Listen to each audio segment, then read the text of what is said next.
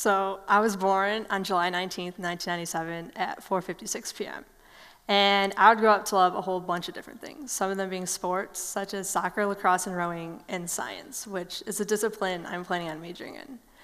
But I wouldn't grow up to love these things alone, because on July 19th, 1997 at 4:57 p.m., exactly 60 seconds later, my twin sister, Brianna, otherwise known as Bree, was born.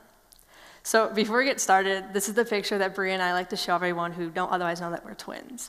We kind of like to call it like our signature picture because it's the only kind of good picture we both look good in.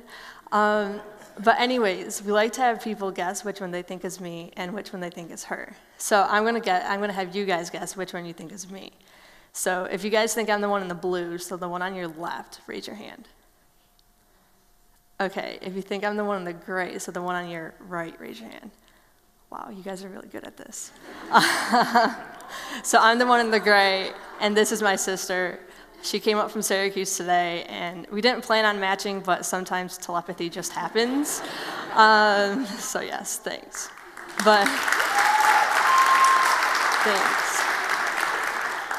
anyways, growing up, people would notice that we were twins. It's not really hard to notice that we're not twins, as we both have curly blonde hair, blue eyes, and people even say we have the same voices.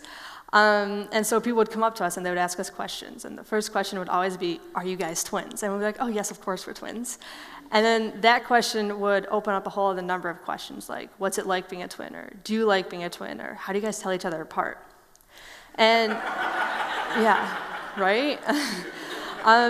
But what I've noticed from these from these questions and comparisons that everyone always had for us is the struggle to find individuality when you are an identical twin.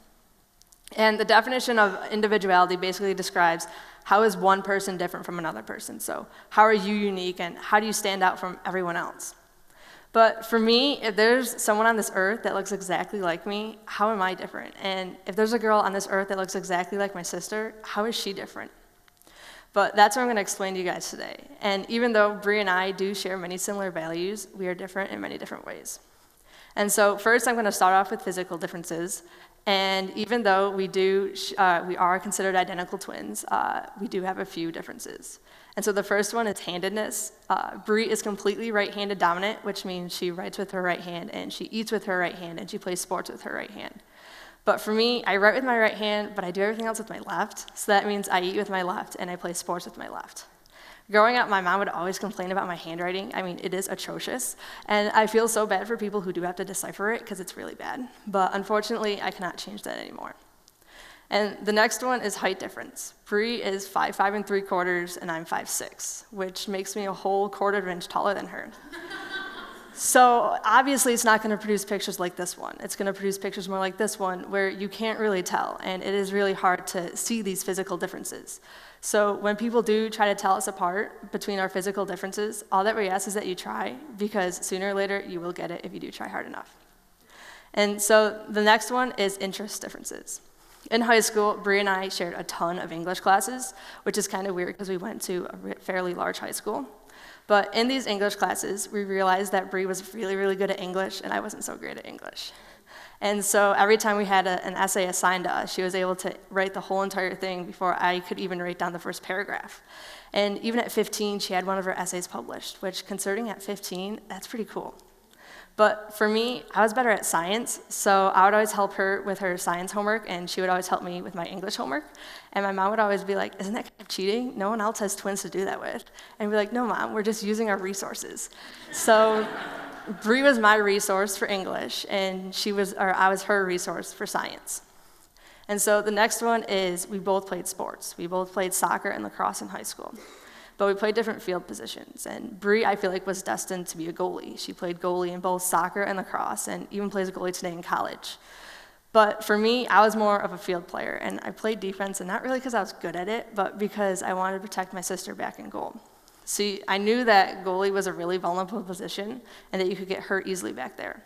So I always wanted to stay back there and protect her. And sometimes there would be girls that would go up to her and push her down, so I'd go and push that girl down. And the ref would yell at me, but at the end of the day, I just wanted to protect my sister, not really hurt that girl. And so the next one is personality differences.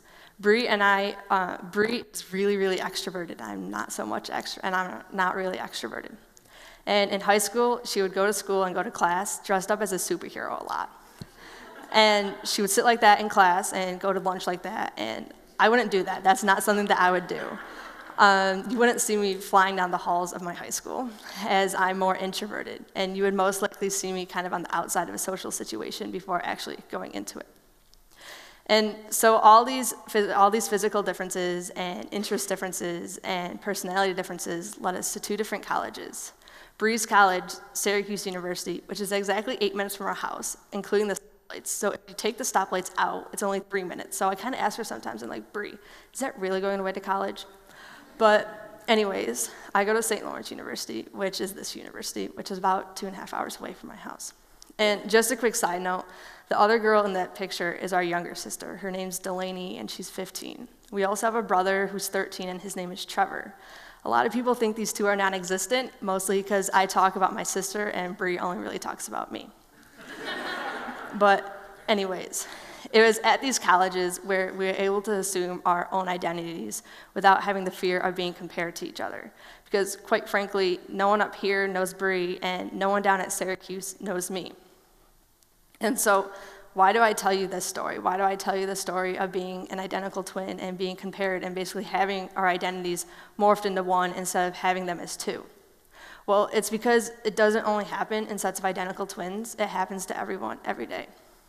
In our society, we often place people with similar values into one group, which exempts them from any type of individuality at all. And don't get me wrong, I like being a twin and I like being a person, but being compared to people similar to me can unfortunately set expectations and choices for myself that I might not want to set for myself or choose for myself. So how do we change that? How do we change our mindset in a way so we don't look at people as a whole and we look at them as individuals with different and unique characteristics? Well, I've come up with 3 different ways to help change that. And the first one is to become open-minded.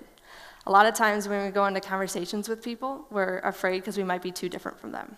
But know that sometimes our differences are what unite us. The second one is to not judge a book by its cover. I know a lot of times if I meet someone new, I like to get some background information on them to actually feel like who actually are these people. So I'll ask around and be like, are these people cool? Are they nice people? Are they mean people? But anyways, this can create a biasness against the person you're going to meet. And it lets other people create the first impression for them instead of the person you're going to meet.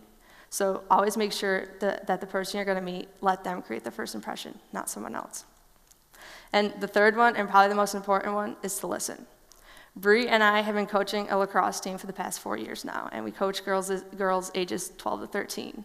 And so yeah, they're young, and some people even say that they're naive, but if you actually listen to them and you actually listen to their story without having someone else interfere into it, you get to know them better as a person and as a player.